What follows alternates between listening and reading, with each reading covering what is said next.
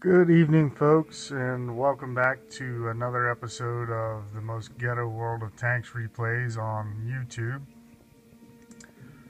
Tonight we're on Siegfried Line, probably one of my favorite maps, and what is probably currently my favorite tank, the IS3. The IS3 is probably the most played Tier 8 heavy, I would say, in all the World of Tanks. And it's funny because it's also probably the most misunderstood heavy tank in World of Tanks.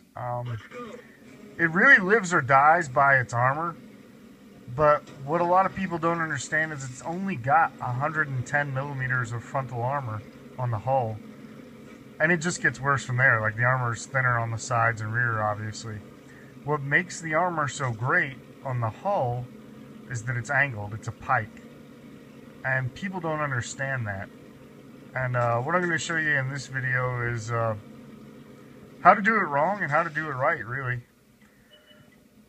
What I'm doing here is I've noticed right away that I'm falling into the trap that I always fall into in my IS3. It's a fast tank, it's got a great gun, and you tend to feel like you're invincible when you're in it.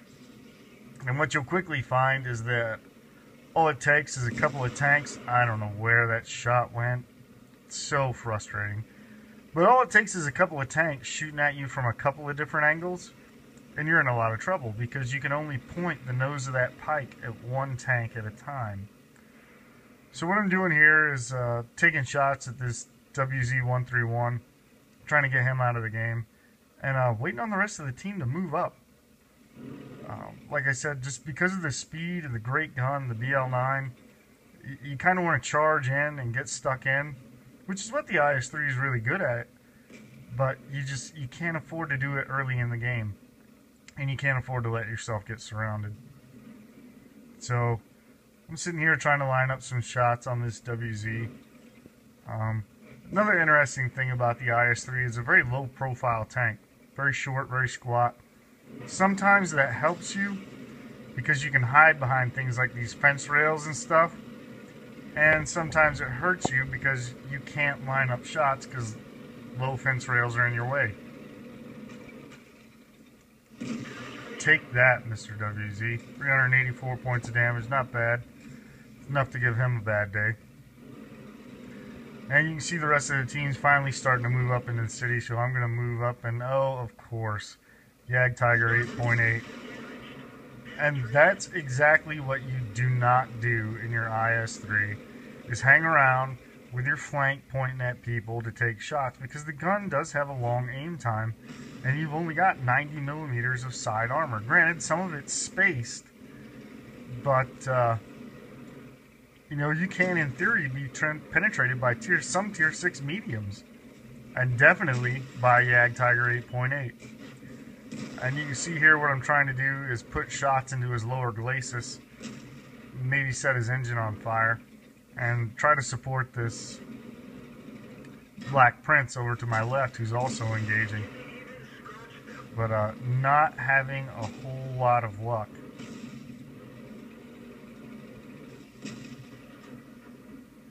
And you see here, again and again, really, I'm coming at this corner the wrong way right now, because what I'm doing is unangling my front armor. What I need to do is straighten it out and side scrape out, or just come in a different direction. And you see here, I finally decided this is enough. One of these days he's going to eat my lunch. I'm going to go somewhere else. Hello, Mr. Super Pershing.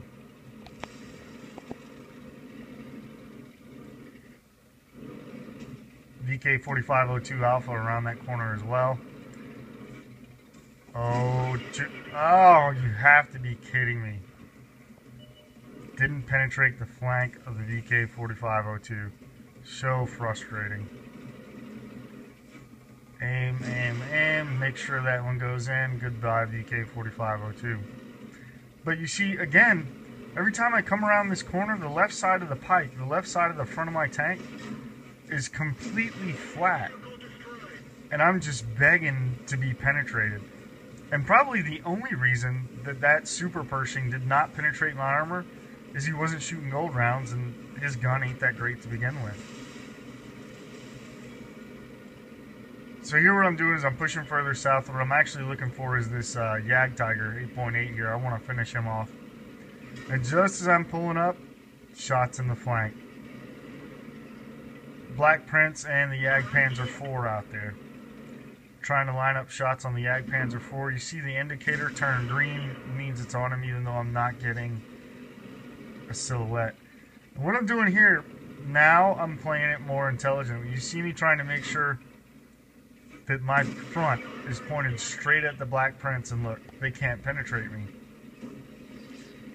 Lucky that shot didn't penetrate. He shot at the wrong side of the pike. Why? The reason I'm wiggling back and forth is because I'm very conscious of the fact that the enemy still has a GW Panther. And I don't want to just back straight up, pull straight forward, back straight up, pull straight forward, let alone just sit still, because he would be more than happy to blow me to the moon. Had that already not been there, I would have just pointed the IS3 straight at him, and I don't think they would have ever penetrated me. They're just, their guns aren't strong enough, not a straight shot. You can see as soon as the tracks come up, I point back out, and now I'm just, again, shifting left and right a little bit, trying to make sure that I'm not making a target of myself for that Geschützwagen Panther. Again, no silhouette, but the indicator's green, and then aim, one, dead, Yag Panzer IV. Now we're going to continue, and what I tell you, I knew that cat had to be looking for me. I don't know why I attract artillery rounds. And it seems like as soon as they shoot one at me, it lands right in my bustle rack. Like, it is a miracle that thing didn't blow me to the moon in that one shot.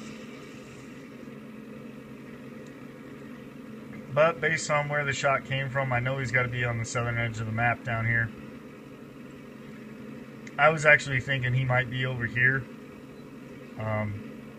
with his back up against the edge of the map, because you can only come at him kind of one way, and that's why I chose to go down this route. Kind of surprised when he wasn't here.